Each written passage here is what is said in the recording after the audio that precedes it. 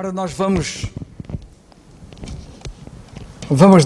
retomar o nosso estudo na Carta aos Colossenses, no capítulo 4.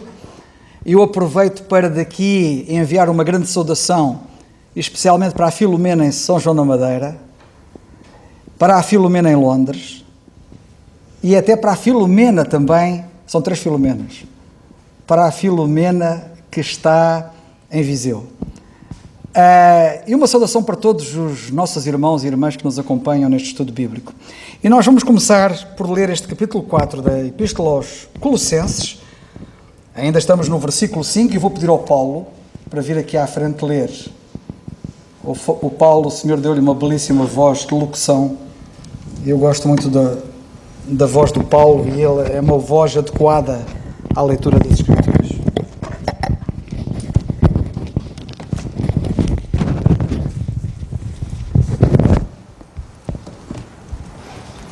Boa noite, irmãos. Vamos então proceder à leitura do capítulo 4 até ao versículo 5. Não, pode ser até o capítulo todo. O capítulo todo, ok.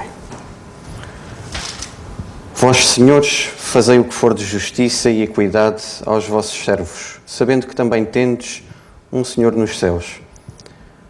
Perseverai em oração, velando nela com a ação de graças, orando também juntamente por nós, para que Deus nos abra a porta da palavra, a fim de falarmos do mistério de Cristo, pelo qual estou também preso, para que o manifeste como me convém falar. Andai com sabedoria para com os que estão de fora, remindo o tempo. A vossa palavra seja sempre agradável, temperada com sal, para que saibais como vos convém responder a cada um. Tíquico, irmão amado e fiel ministro, e conservo no Senhor, vos fará saber o meu estado, o qual vos enviei para o mesmo fim, para que saiba do vosso estado e console os vossos corações. Juntamente com Onésimo, amado e fiel irmão, que é dos vossos, eles vos farão saber tudo o que por aqui se passa.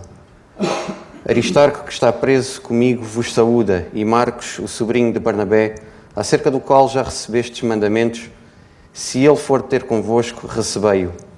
E Jesus, chamado justo, os quais são da circuncisão, são estes unicamente os meus cooperadores no reino de Deus, e para mim têm sido consolação. Saúda-vos Epáfras, que é dos vossos servo de Cristo, combatendo sempre por vós em orações, para que vos conserveis firmes, perfeitos e consumados em toda a vontade de Deus. Pois eu lhe dou testemunho de quem tem grande zelo por vós e pelos que estão em Laodiceia e pelos que estão em Hierápolis. Sauda-vos Lucas, o médico amado, e Demas. Saudai os irmãos que estão em Laodiceia e a Ninfa e à igreja que está em sua casa. E quando esta epístola tiver sido lida entre vós, fazei que também o seja na igreja dos Laodicenses. A que veio da Laodiceia, lede a vós também.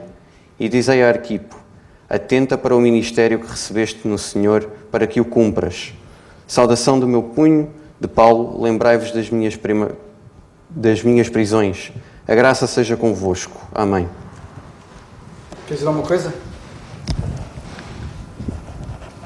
Eu deixo...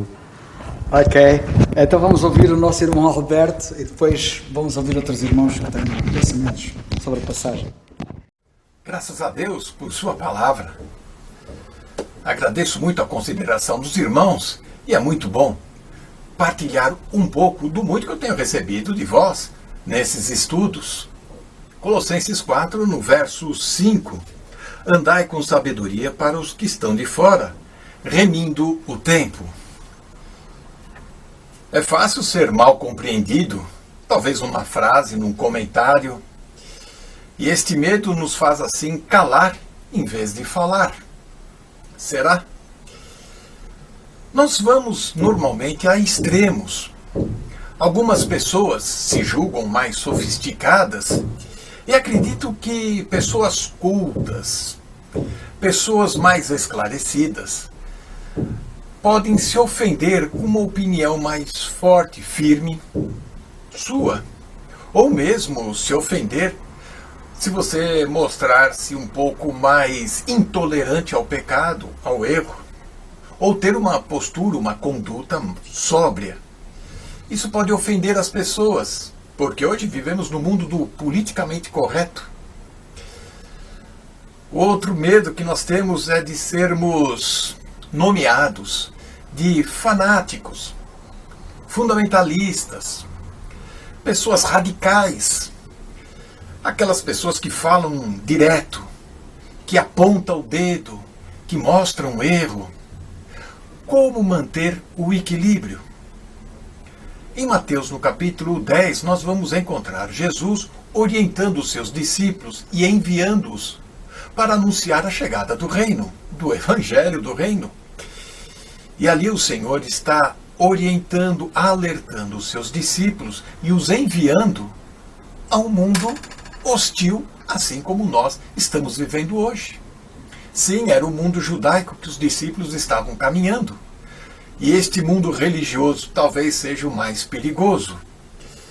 Mateus, no capítulo 10, no verso 16, nós lemos assim: Eis que vos envio como ovelhas para o meio de lobos. Sede, portanto, prudentes como as serpentes e simples como as pombas. Mateus 10, 16. Qual o significado, qual a aplicação deste ensino para nós hoje? E olha que está repleto aqui de um zoológico. Nós temos lobos, ovelhas, cobras, serpentes, pombas. Observe que Jesus começa falando da realidade do perigo, das ameaças. Este é um grande desafio, falar, apresentar uma mensagem da verdade. Ela precisa ser bem calculada, bem estudada para ser recebida e não para ser repelida.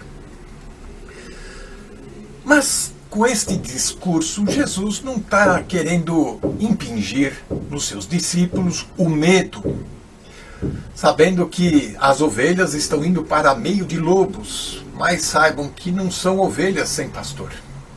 Estas ovelhas, elas estão indo sob a guarda, a proteção do bom pastor. Saiba você, quando estiver ao mundo, que o bom pastor caminha junto contigo. Vamos destacar a palavra prudente, apontada aqui das serpentes. Inteligência, esperteza, cautela e sabedoria. Veja que a característica deste animal é ressaltada. Não vamos misturar aqui a simbologia que a Bíblia traz em outras passagens da serpente como o diabo. Longe disso.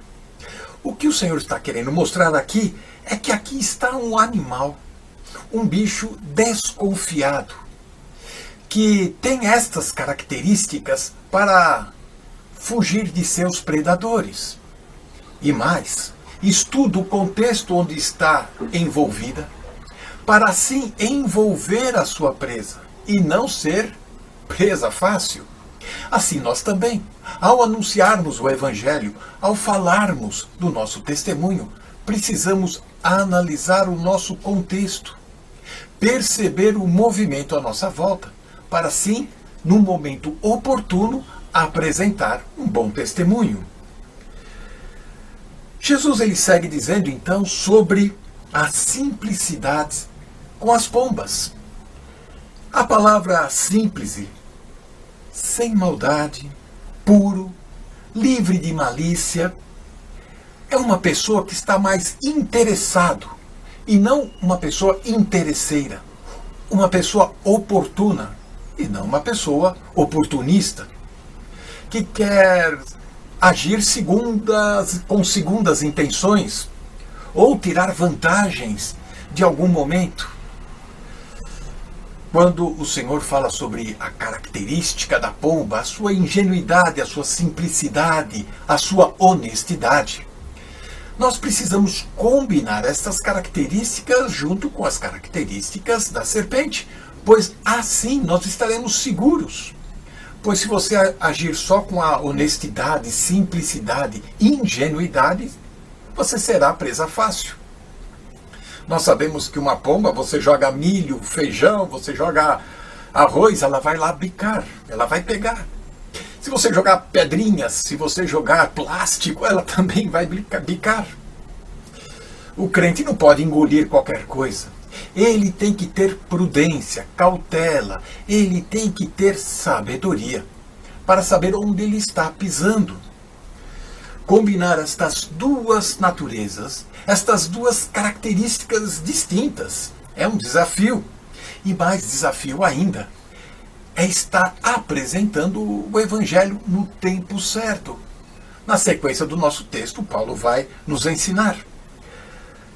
Perigos estão à nossa volta, e se nós formos só com a honestidade, vamos virar presas fáceis. Ou se nós agirmos só com prudência, ou só com esperteza da serpente, muitas vezes vamos cair no erro de querer, de repente, fugir de uma situação aflitiva, perigosa, até mesmo cometendo erros. Retidão e prudência são a base para apresentarmos a palavra com sucesso e assim evitarmos o perigo, evitarmos também aquilo que nos ameaça.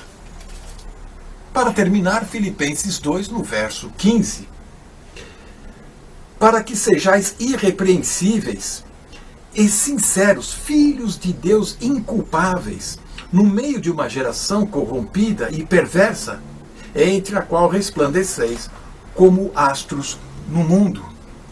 Que o Senhor Deus possa se apiedar e nos dar esta sabedoria e direção para apresentarmos a palavra da verdade a quem está ao nosso alcance. Deus nos abençoe. Amém. Uma boa noite, irmãos, mais uma vez. Uma boa noite àqueles que nos ouvem de longe. Continuando no capítulo 4 da Carta aos Colossenses, e eu vou ler o versículo que temos, novamente o versículo que estamos a estudar, que é o versículo 5, em que diz: andai com sabedoria para com os que estão de fora, remindo o tempo. Irmãos, o pequeno pensamento é acerca de, e este versículo fala-nos acerca de remir o tempo. Eu gosto particularmente do Salmo 90, o capítulo 90 do versículo 12, que diz para que o Senhor nos ensine a contar os nossos dias para que alcancemos corações sábios. E remir o tempo é isso, é nós a cada dia pedirmos ao nosso Deus que nos ajude, de facto, porque remir é mais do que saber gerir, é resgatar, é resgatarmos de facto o tempo que muitas das vezes nos passa pelos dedos das mãos. O Senhor deu-nos aquilo que de melhor tinha. O nosso Deus deu-nos o Senhor Jesus Cristo. Era aquilo que de melhor Ele tinha. E nós hoje, aquilo que de melhor nós temos no nosso dia-a-dia é o tempo. É o tempo que o Senhor nos dá. Então, o que é que estamos a fazer com o tempo? E o Senhor diz que se de facto soubermos remir, isso dá-nos sabedoria. Isso vai nos dar arcabouço para nós podermos viver uma vida mais pia, uma vida mais de compromisso com o nosso Deus. Alguém um dia disse que nós nunca deveríamos ter tempo, deveríamos ter tempo para perder tempo. E é verdade, às vezes nós perdemos demasiado tempo com coisas fúteis, com coisas que não perduram. Não é por nada que o Senhor, quando Maria e Marta estava naquela azáfama, Ele depois disse-lhe a ela que ela estava com muitas coisas ao mesmo tempo. Aquilo estava a consumi-la de tal ordem que ela não deu o melhor que ela poderia dar ao Nosso Senhor, que era do tempo dela. E foi isso que Maria fez. Tanto é que o Senhor disse que a Maria aquilo não lhe seria tirado. Às vezes gastamos tempo com coisas que nos vão ser tiradas. Ainda agora nós ouvíamos logo no início, e o nosso irmão Carlos falou nisso, de que quando nós partirmos, nós vamos partir como somos. Tudo aquilo que gastamos tempo e perdemos tempo em tanta coisa que vão ficar. Essas coisas vão ficar. Alguém ainda... Foi esta semana, eu não sei com quem é que eu falava, se era com o Lucas ou se era com o Márcio, mas acho que foi com o Lucas que eu falei, de que às vezes nós passamos pouco tempo com os nossos filhos. porque nós acordamos de manhã, vamos para o trabalho, os nossos filhos também vão para a escola, vão para o trabalho, depois chegamos e depois os nossos filhos têm música, ou têm desporto, ou têm isto, ou têm aquilo, chegam a casa, tomam banho e apetece-lhes ir dormir e nós também vamos dormir e acabamos por ter pouco tempo para estar com eles. Mas a minha pergunta é esta, mas com o Senhor não. Nós temos a possibilidade, e o Senhor dá-nos a possibilidade, de nós podermos remir o tempo, porque podemos estar com Ele e nós vimos a qualquer momento, a qualquer altura. É uma bênção tão grande, irmãos, porque eu posso não ter tempo de estar com o meu filho, mas com o meu Deus eu posso ter o privilégio, e Ele dá-nos esse privilégio, de eu estar o tempo todo com Ele. Porque Ele diz-nos isso, que nós devemos orar sem cessar. Então significa que nós temos esse privilégio. Não podemos ter a desculpa de que estamos no trabalho e que não estamos com o Senhor, ou que estamos nisto, Não, nós temos esse... A melhor coisa que nós podemos de facto ter é disponibilizar o nosso tempo para o Senhor, que é a melhor coisa.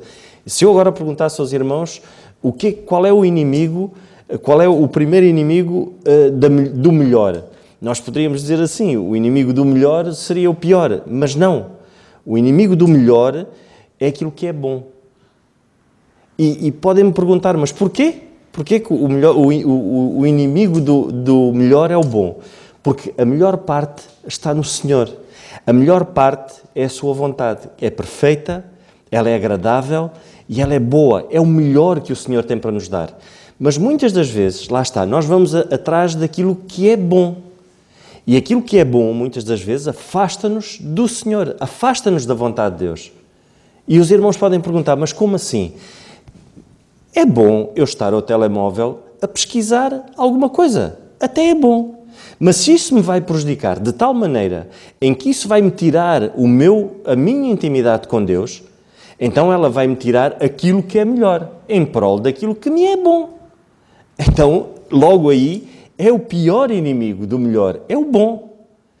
Quem me diz a mim que eu posso muito bem estar no meu conforto em casa, na lareira, e alguém liga-me a dizer, olha Nando, eu preciso da tua ajuda, mas eu estou tão bem aqui, e posso dar uma desculpa qualquer, e eu não vou estar com o meu amigo, eu não vou dar o meu melhor àquela pessoa, mas eu até estou bem, é bom estar ali na minha casa, no conforto da minha casa, mas aquela alma pode estar a precisar de ajuda, e é esse melhor que eu não posso abrir mão.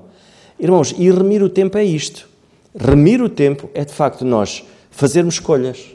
Nós levantamos logo de manhã e fazemos escolhas. O que é que eu faço? Qual é a minha escolha? Ir ouvir as notícias na televisão, ir às redes sociais e ver quantos gostos há na minha publicação? Isso até não é mau, até é bom, mas não é o melhor. O melhor o que é? Eu ajoelhar-me e dar graças ao meu Deus pela noite que Ele me deu e pedir a sua orientação para o dia. Pedir que o Senhor cuide dos meus filhos, cuide dos meus irmãos, cuide daqueles que tanto precisam. Isso é o melhor que nós podemos dar. E isso é remir o tempo. Irmãos, que o Senhor nos ajude, que nos dê de facto a sabedoria de não agirmos ao contrário. É que não remir o tempo é nós negligenciarmos a intimidade com Deus. Isso é não remir o tempo. Não remir o tempo é confiarmos na nossa própria capacidade, que temos de, às vezes, até querer resolver problemas, que é o Senhor que cabe-lhe a Ele resolver, mas nós, às vezes, confiamos tanto em nós próprios que não percebemos que isso é não remir o tempo. Isso é falta de sabedoria da nossa parte. Pensarmos que temos uma capacidade, como tem o Senhor, de resolver questões, de resolver problemas que não nos cabe a nós resolver. Não remir o tempo é nós não fixarmos o nosso foco naquilo que é mais importante, que é crescer na palavra de Deus. Se nós pensarmos que podemos crescer de outra maneira qualquer, que não seja de volta da palavra de Deus, não sabemos remir o tempo. É não remir o tempo. E não remir o tempo, irmãos, é viver em pecado. Uma coisa é nós pecarmos. E infelizmente a nossa carne, a nossa velha natureza, muitas das vezes atraiçoa-nos e daí nós temos que estar perto do Senhor. Outra coisa é nós vivermos no pecado. Vivermos no pecado é não remir o tempo. Que o Senhor nos ajude, de facto, a termos o cuidado de nunca termos tempo para perder tempo. Que o Senhor nos ajude. Espero que depois destes dois pensamentos que ouvimos do irmão Alberto e do nosso Nando, eu não sobrecarregue aqui as nossas mentes, porque já aprendemos tanta coisa hoje. E espero que alguns ainda possam, ou alguns de nós ainda possamos, se ainda tivermos fome, pelo menos da palavra de Deus, conseguirmos aprender mais alguma coisa. Espero que o Senhor também nos ajude a nós a termos a sabedoria que precisamos para, principalmente, fazermos como a passagem diz, que é andar com sabedoria. E, de facto, que o Senhor nos ajude a fazer isso. Como diz a nossa passagem, andai com sabedoria para com os que estão de fora, remindo o tempo. A mim vai ser difícil expressar um pouco esta passagem, principalmente porque ontem estive a estudar mais algumas coisas a fundo e perguntava-me algumas coisas, que é porque é que não andamos com sabedoria e porque é que muitas vezes nós tomamos más decisões, ou porque é que será que vemos jovens como eu, mais novos, um pouco mais velhos, ou até outros crentes, a cometerem erros e alguns até a pecarem. Porque é que nós muitas vezes estamos sempre a falhar? Porque é que às vezes até somos uma pedra de tropeço para os outros? Se não fosse o caso, a passagem também não dizia para nós andarmos com sabedoria para com os que estão de fora, não é? Porque se somos uma pedra de tropeço para os outros, é porque se calhar não andamos com sabedoria. Porque é que muitas vezes alguns de nós, e nós vemos, que estão no nosso meio, mas depois são levados em roda por todo o vento de doutrina, como vemos em cartas anteriores. Porque é que alguns são enganados facilmente, porque é que outros ainda, e podemos ser o caso que somos desarmados facilmente por algumas falsas doutrinas ou por sabedoria humana. Porque é que somos facilmente nós feitos presas, e somos presas por meio de filosofias e vãs subtilezas, que é segundo a tradição dos homens, segundo os rudimentos do mundo e não segundo Cristo. Porque é que isso acontece? Porque é que nós somos ainda dominados a belo prazer de outros que chegam muitas vezes com pretexto de humildade, como vemos nesta mesma epístola, que o apóstolo diz, com pretexto de humildade e culto dos anjos, e que vos carregam, e que podem carregar-nos a nós ainda de ordenanças, como se nós vivêssemos no mundo. E como é que nós somos muitas vezes dominados por coisas que têm aparência de sabedoria? Porquê é que isto acontece? E poderíamos pegar nestas questões e muitas outras, mas o versículo é claro e ele dá-nos a resposta. E é porque nós não andamos com sabedoria. E diga-se que não é só sabedoria, é sabedoria de Deus.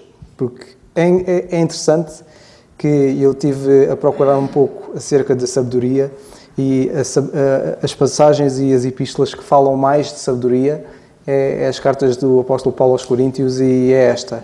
E é que ele fala mais de sabedoria e que faz mais distinção e faz mais ênfase e tenta separar o que é sabedoria do homem e sabedoria de Deus. E é interessante que o apóstolo diz-lhe para eles andarem com sabedoria, muito provavelmente porque não estavam a andar com sabedoria. E é interessante que esta passagem e a palavra de Deus, isto é uma daquelas coisas que nós vemos que a palavra de Deus é maravilhosa, porque é uma passagem que ainda se aplica a nós hoje, que nós precisamos de andar com sabedoria. E como o nosso irmão disse muito bem, remir o tempo, resgatar o nosso tempo, é andar com sabedoria. E nós precisamos que nos ensinem a fazer isso. Eu, como alguém mais jovem do que os irmãos que falaram anteriormente, preciso que eu ande com sabedoria e preciso de ser ensinado a andar sabedoria. E nós hoje precisamos até que continuem a dizer-nos e a exortar-nos cada vez mais e a ensinar-nos para nós andarmos com sabedoria, porque precisamos de andar com sabedoria. Se alguém diz que precisamos de sabedoria, e se alguém diz, Dário, tu precisas de sabedoria, e se há algum irmão que tenta me exortar, e devemos pensar nisto, se algum irmão exorta-nos para querer passar a mensagem que precisamos de andar com sabedoria, é porque provavelmente essa pessoa tem razão. Porque normalmente a pessoa que não anda com sabedoria também não sabe distinguir algumas coisas e precisa de sabedoria para saber fazer essa distinção. E precisamos dessa exortação, precisamos de ter muitas vezes ousados para connosco e ousados para com outros, e os irmãos que são sábios nesse sentido precisam também ter a ousadia para ensinar os outros a andar com sabedoria segundo a palavra de Deus. E não segundo a sua própria sabedoria, mas sempre com a palavra de Deus.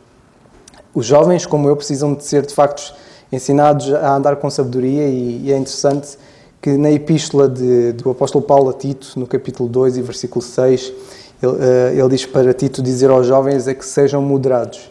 E sabem que um jovem, para ser moderado, ele precisa de ter sabedoria para saber quando é que tem de ser moderado, quando é que está a ir longe demais, ou quando não está a ser suficiente. E precisamos de facto andar com sabedoria para, enquanto jovens, conseguirmos ser moderados. E até mesmo porque tomamos muitas vezes más decisões, e más decisões que tomamos muito cedo e que depois têm implicações e consequências más no futuro. E precisamos, de facto, que os mais velhos, que já passaram por sítios onde nós passamos, que já passaram por decisões semelhantes, por combates e lutas semelhantes, muitas vezes precisam também de sabedoria para ensinar os mais novos a fazer o mesmo. Mas, de facto, temos de aprender a ser moderados para também conseguirmos ouvir os outros, e muitas vezes ouvir os outros já é mostrar sabedoria. E precisamos, de facto, aprender isso, para nós não sermos, e principalmente os mais novos, não sermos levados pela sabedoria deste mundo. Porque sabem que a sabedoria deste mundo tem muita tentação, tem muita coisa que se diga. Porque, como já vimos o apóstolo a dizer, que ele não queria que os crentes em Colossos fossem feitos presas por meio de filosofias e vãs subtilezas segundo a tradição dos homens e segundo os rudimentos do mundo. Por isso nós precisamos de ter sabedoria, e precisamos de andar com sabedoria para não acontecer isto. Não acontecer nós deixarmos de levar pelas coisas do mundo.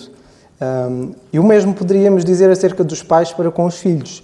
Porque muitas vezes ficamos chocados com como é que filhos que têm pais tão fiéis, como é que eles muitas vezes se perdem.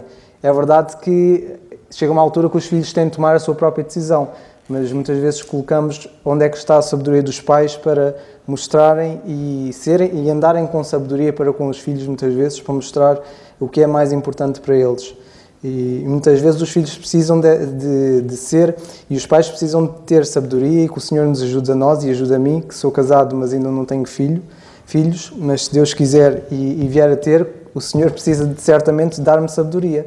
E eu preciso agora de sabedoria, porque sou filho e agora sou esposo, e preciso de sabedoria, de andar com sabedoria para com a minha esposa. É por isso que a palavra de Deus diz para os maridos coabitarem com as esposas com entendimento, se não estão em erro.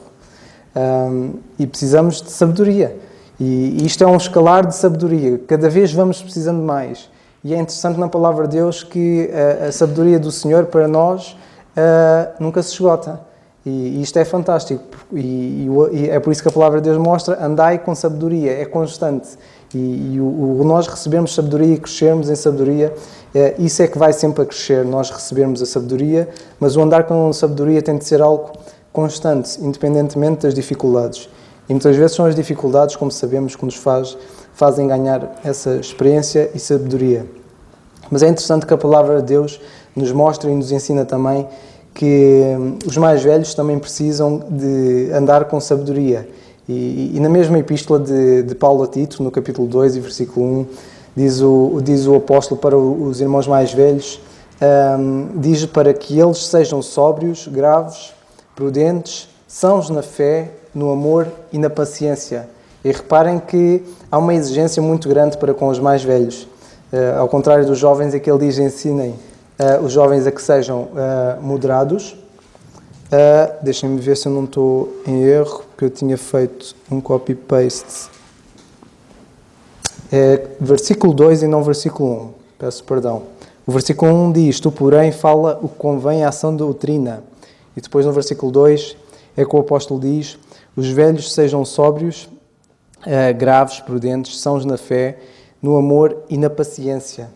Reparem que precisamos, e os irmãos mais velhos precisam de sabedoria para que de facto sejam tudo isto que a palavra de Deus diz, porque de facto os mais novos, e nós os mais novos beneficiamos com os mais velhos. Reparem que aparentemente os mais velhos parece que por serem mais velhos não têm muito para dar, mas este versículo mostra ao contrário, que têm muita coisa para dar, que precisam de ser sóbrios, graves, prudentes, sãos na fé, no amor e na paciência, porque aparentemente o ser mais velho não quer dizer que tenha pouco, mas neste caso tem ainda muito mais para dar.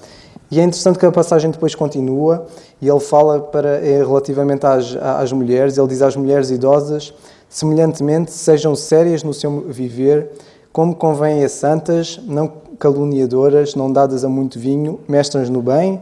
Para quê? Para que ensinem as mulheres novas a serem prudentes, a amarem os seus maridos, a amarem os seus filhos, a serem moderadas, castas, boas donas de casa, sujeitas aos seus maridos, a fim de que a palavra de Deus não seja blasfemada. E é então que ele depois a seguir diz, exorta semelhantemente os mancebos a que sejam moderados.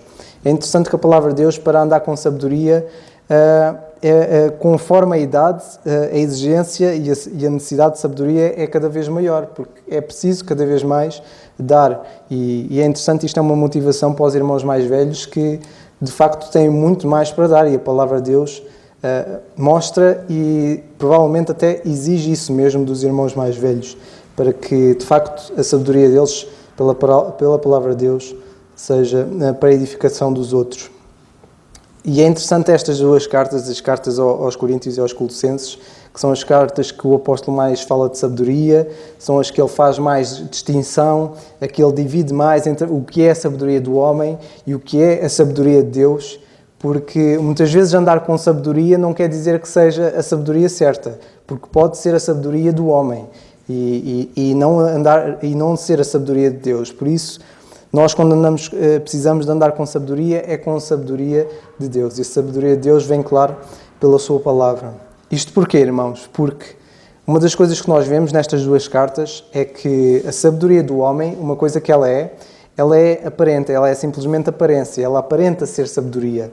Ela é ilusória, é uma ilusão, é um engano, serve só para engano, é medíocre, é muito frágil, e reparem que muitas vezes a sabedoria do homem é tão frágil que ela precisa de se apoiar noutros.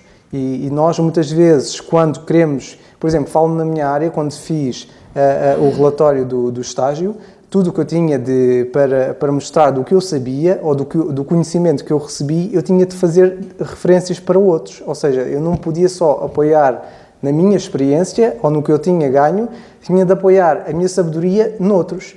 Reparem, tão frágil é a nossa sabedoria que muitas vezes não tem credibilidade, ao contrário da palavra de Deus.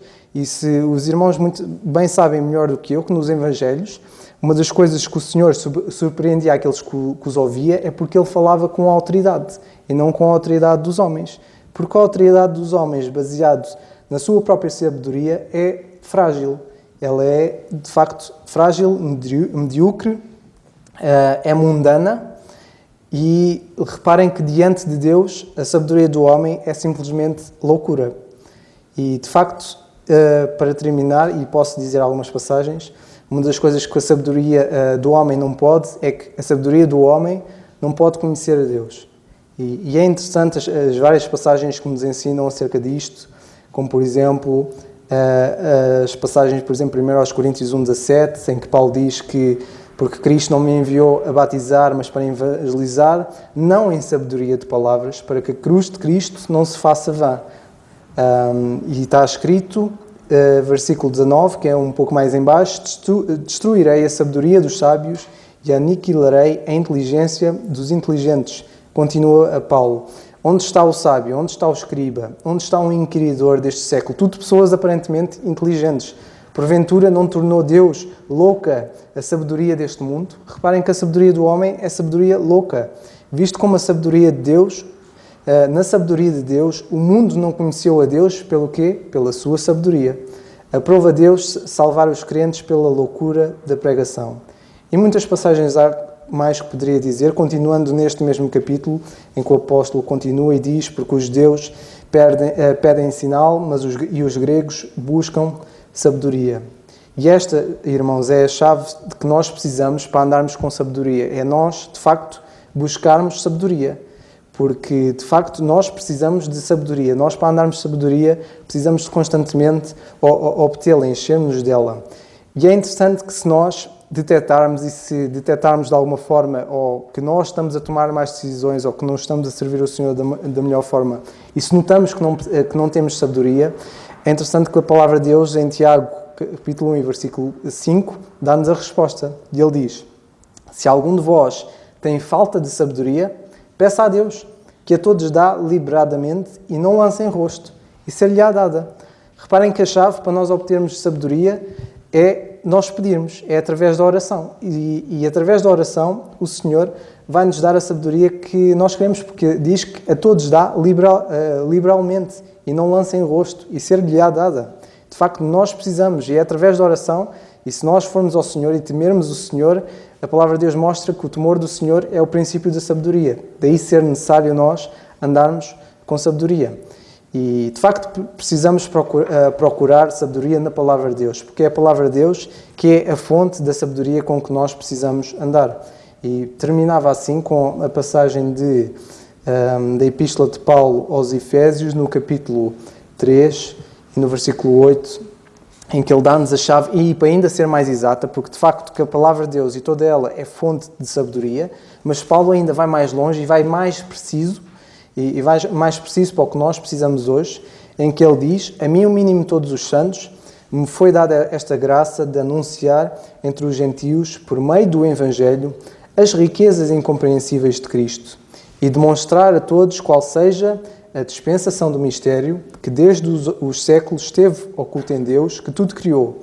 Notem agora, para que agora, pela Igreja, a multiforme sabedoria de Deus seja conhecida dos principados e potestades nos céus, segundo o eterno propósito que fez em Cristo Jesus, nosso Senhor, o qual temos ousadia e acesso com confiança pela nossa fé. De facto, irmãos, se nós queremos andar com sabedoria, podemos fazer duas coisas simples, que é pedir ao Senhor através da oração e procurar na sua palavra, e principalmente para o que o Senhor tem para nos ensinar hoje, e tem a ensinar muito hoje através da sua palavra, e mais especificamente através do mistério, e de facto que o Senhor nos ajude e nos ajude a nós andarmos de sabedoria para com os que estão de fora, porque de facto, se queremos fazer isso, precisamos de ir à fonte. E é na fonte que nós vamos encontrar, e é na fonte que o Senhor, de facto, vai nos ajudar a fazer isso mesmo.